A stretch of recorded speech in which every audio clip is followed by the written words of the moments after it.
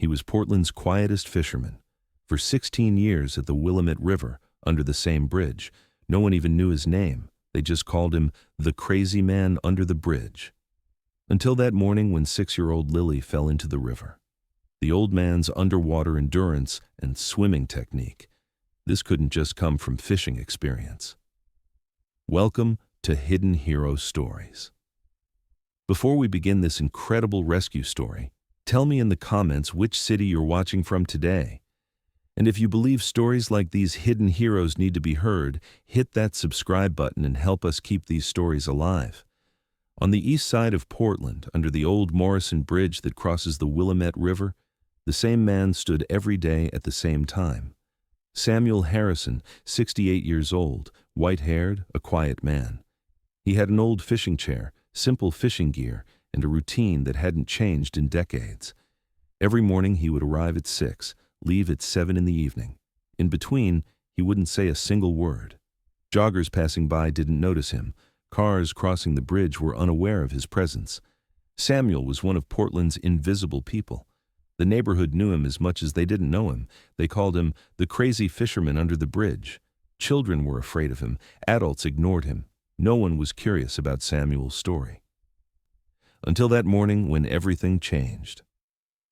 October 6th morning was a calm Portland sunrise, as usual.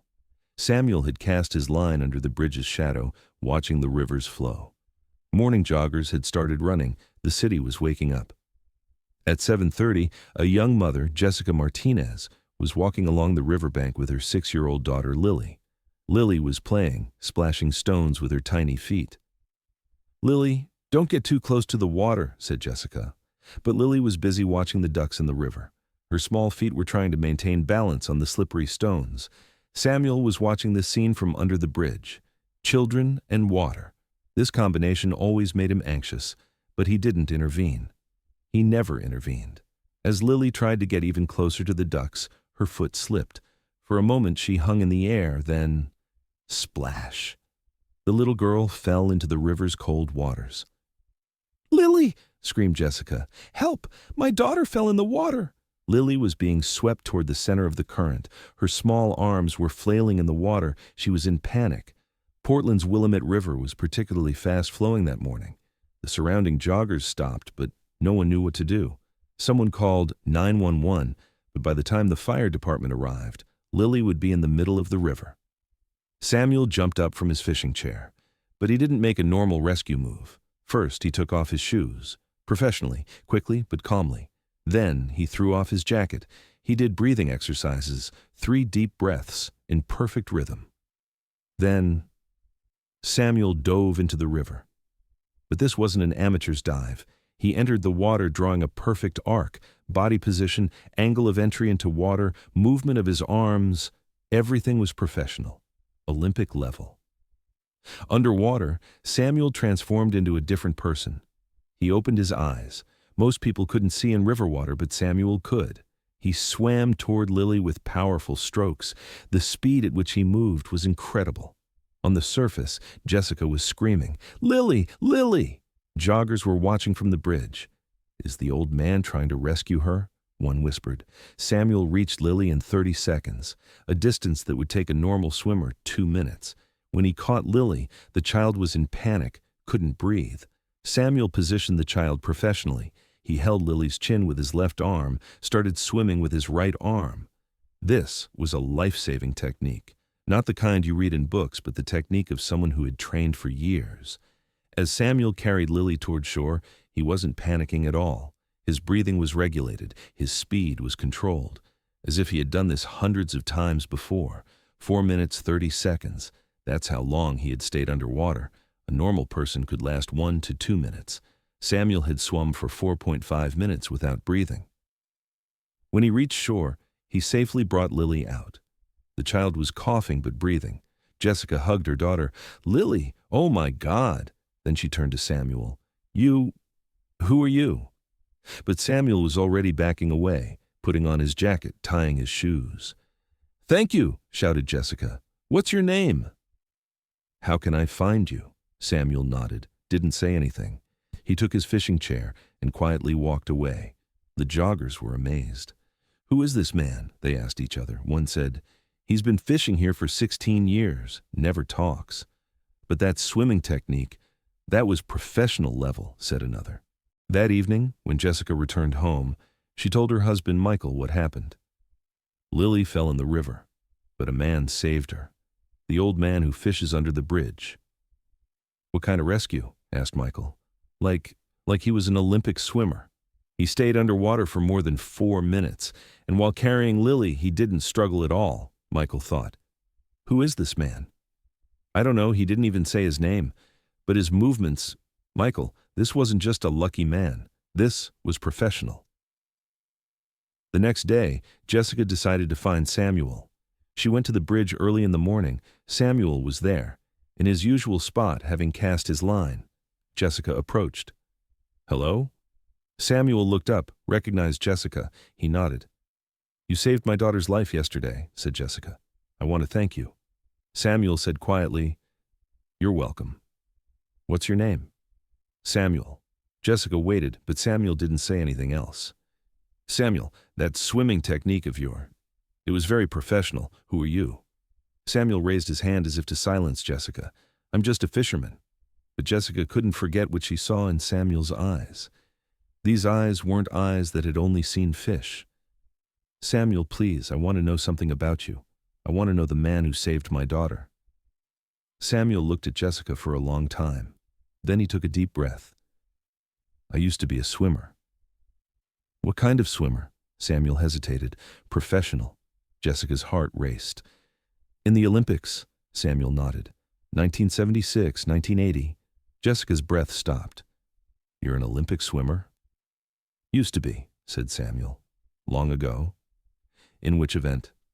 "Freestyle and underwater diving. Long distance." Now Jessica understood. Yesterday's performance wasn't a coincidence. "Samuel, why are you fishing here? Why doesn't anyone know you're an Olympic swimmer?" Samuel's face wrinkled. "Because I'm not anymore." "What do you mean you're not anymore?" Samuel packed up his fishing rod. "It's a long story." "I have time," said Jessica. Samuel looked at Jessica for a long time. For the first time in 16 years, someone was curious about his story. "Everything changed after the 1980 Moscow Olympics," Samuel began. "What happened?" "I won the gold medal, fem 2000 fem 100-meter free steel. But after the Olympics, I had an accident during training."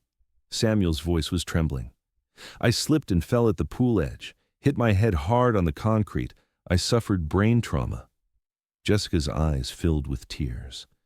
"The doctor said I could never compete again. My coordination was impaired. My reflexes had slowed. But yesterday was different," said Samuel. "Adrenaline, life or death moment. In those moments, the body remembers everything." Jessica could understand Samuel's pain. "What did you do after the Olympics?" "I tried coaching, but being at the pool was too painful. Every day, I remembered the things I couldn't do." Samuel turned his eyes to the river. "So I came here. I wanted to be near water, but I didn't want to compete." "Have you been here for 16 years?" "Yes, every day, same time. Water calms me." Jessica was trying to process Samuel's story. "Samuel, you're still an Olympic-level swimmer. I saw it yesterday."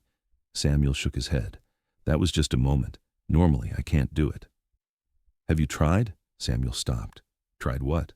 "Swimming again. Training." "Why?" said Samuel. "I'm not that man anymore." "But yesterday you were that man," said Jessica. "And maybe you still are that man." Samuel didn't speak after this conversation. Jessica thanked him and left. That evening, Jessica decided to research Samuel. She searched Samuel Harrison 1980 Olympics on the internet, and she found it. Old newspaper stories, photos, interviews.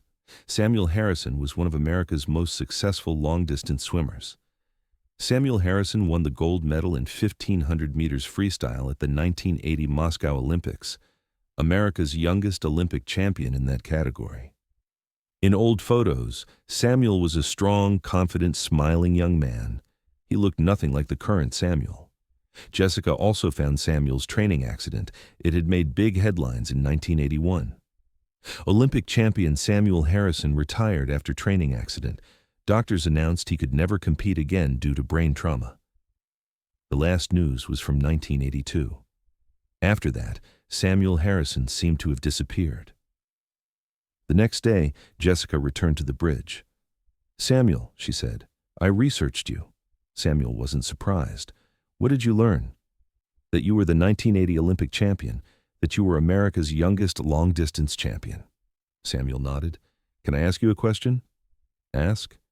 "Are you still that champion?" Samuel laughed painfully. "No, Jessica, that man died in 1981. "But yesterday, when you saved Lily." "Yesterday was a moment, old reflexes, but it's not sustainable."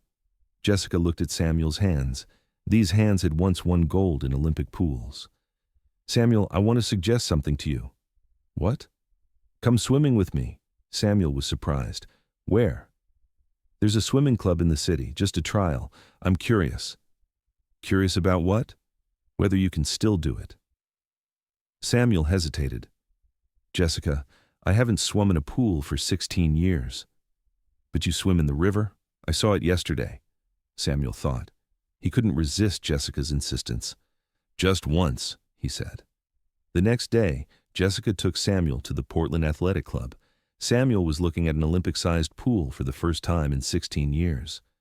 "How do you feel?" asked Jessica. "Scared," said Samuel honestly. "Why?" "Because if I can't do it, then I'm truly finished." Jessica could understand Samuel's fear. "What if you can do it?" Samuel looked at the clear water of the pool, that familiar blue. "Then I don't know what will happen." When Samuel put on his swimsuit and came to the pool edge, memories from 16 years ago came alive. Olympic pools, training, competitions. "Just swim a few strokes," said Jessica. "Don't push yourself." Samuel sat at the pool edge. He put his feet in the water. The water felt familiar. Then he slowly entered the water. When he took his first stroke, his body remembered. The movements, the way he cut through water, the breathing rhythm, everything was there. Second stroke, third, fourth. When Samuel completed one lap, he stopped in the water. He was breathing, but not tired. "How was it?" asked Jessica. Like it never left," said Samuel in amazement. "Continue." Samuel swam the second lap, this time faster, the third lap even faster. When he finished the fifth lap, he turned to Jessica, who was waiting at the pool edge. "Jessica," he said, his eyes filling with tears, "I can still do it." "I knew it," said Jessica, smiling. That day, Samuel swam for 45 minutes after a 16-year break, and every lap was returning him to his former self. "Samuel," said Jessica as he got out of the pool, "I have one more question for you." "Yes?" "Why don't you start again?" Samuel dried his hair with a towel. "Start what?" "Coaching, teaching young swimmers, sharing your technique." Samuel thought. "Who would want me? After a 16-year break?" "Samuel, you're an Olympic champion, and the performance I saw yesterday, you're still world class." Samuel considered Jessica's suggestion. "Maybe," he said. "Maybe I could try." Months passed. Samuel started volunteering as a coach at the Portland Athletic Club. At first just once a week, then more frequently. When young swimmers learned who Samuel was, they were shocked. An Olympic champion was teaching them technique. "Samuel," said the club president, "thanks to you, our young people's performance has increased incredibly." "They're very talented," said Samuel humbly. "No, Samuel, you're a very good coach, even after a 16-year break." Samuel was now working at the club 5 days a week. Morning training with young swimmers, technique classes in the afternoon. One day, Jessica came to the club. "Samuel, I came to see you." "Hello, Jessica. How's Lily?" "Very good. By the way, she's taking swimming lessons now." Samuel smiled. "Really?" "Yes, and she wants to take lessons from you." "From Lily?" "Yes." She told the man who saved her, "I want to learn to swim." Samuel's eyes filled with tears. "Of course. Bring her." When Lily met Samuel, she was shy. "Hello, Lily," said Samuel. "I'm Samuel." "You're the uncle who saved me," said Lily. "Yes. And you're a very brave girl. I want to learn to swim, but I'm scared." Samuel crouched down to Lily's level. "Being scared is normal. I was scared too." Were you scared too? Yes. When I first entered the water, I was very scared. But you swim very well. Samuel smiled. Because I overcame my fear. You can overcome it too. Lily's first swimming lesson was very special for Samuel. This little girl was the girl who had changed his life. Samuel, said Lily after her third lesson, you're my hero. Why? Because you saved me, and now you're teaching me to swim. Samuel was moved by Lily's innocent words. Months later, Lily could now swim confidently. Samuel was helping her improve her technique. Samuel, said Jessica one day, Lily's swimming technique is much better than her peers. She's very talented, said Samuel. No, Samuel, you teach very well. Samuel turned to Jessica. Jessica, I want to thank you. Why? You took me from the waterside and put me back in the pool. Jessica smiled. I just reminded you. You were already ready. That day, Samuel went to under the bridge for the last time. He took his 16-year-old fishing chair and looked at the river. Thank you, he said quietly. You protected me. But now I have to go. Samuel left the chair and walked away. Now he had a new life at the Portland Athletic Club. Today, Samuel Harrison is one of Portland's most respected swimming coaches. He teaches dozens of young swimmers, sharing his technique. And little Lily is Samuel's most prideful student. That scared girl from the rescue day is now a confident swimmer. Samuel, said Lily last week, when I grow up, I want to be like you. Like what? Someone who saves others. Samuel smiled. Lily was right. He was still saving lives, just in a different way. Because real heroes never retire. They just perform on different stages. As Hidden Hero Stories, we ask you, have you ever met someone like Samuel? Someone who had great achievements in the past but now seems ordinary? How did you rediscover them? Share their stories in the comments. Because sometimes the greatest heroes are waiting in the quietest corners. Thank you for watching. If this story touched you, subscribe, share. Because each of us has a sleeping talent, a forgotten dream inside. Maybe it's just waiting to be reminded. We'll see you in the next one. Until then, pay attention to the ordinary people around you. They might be former champions.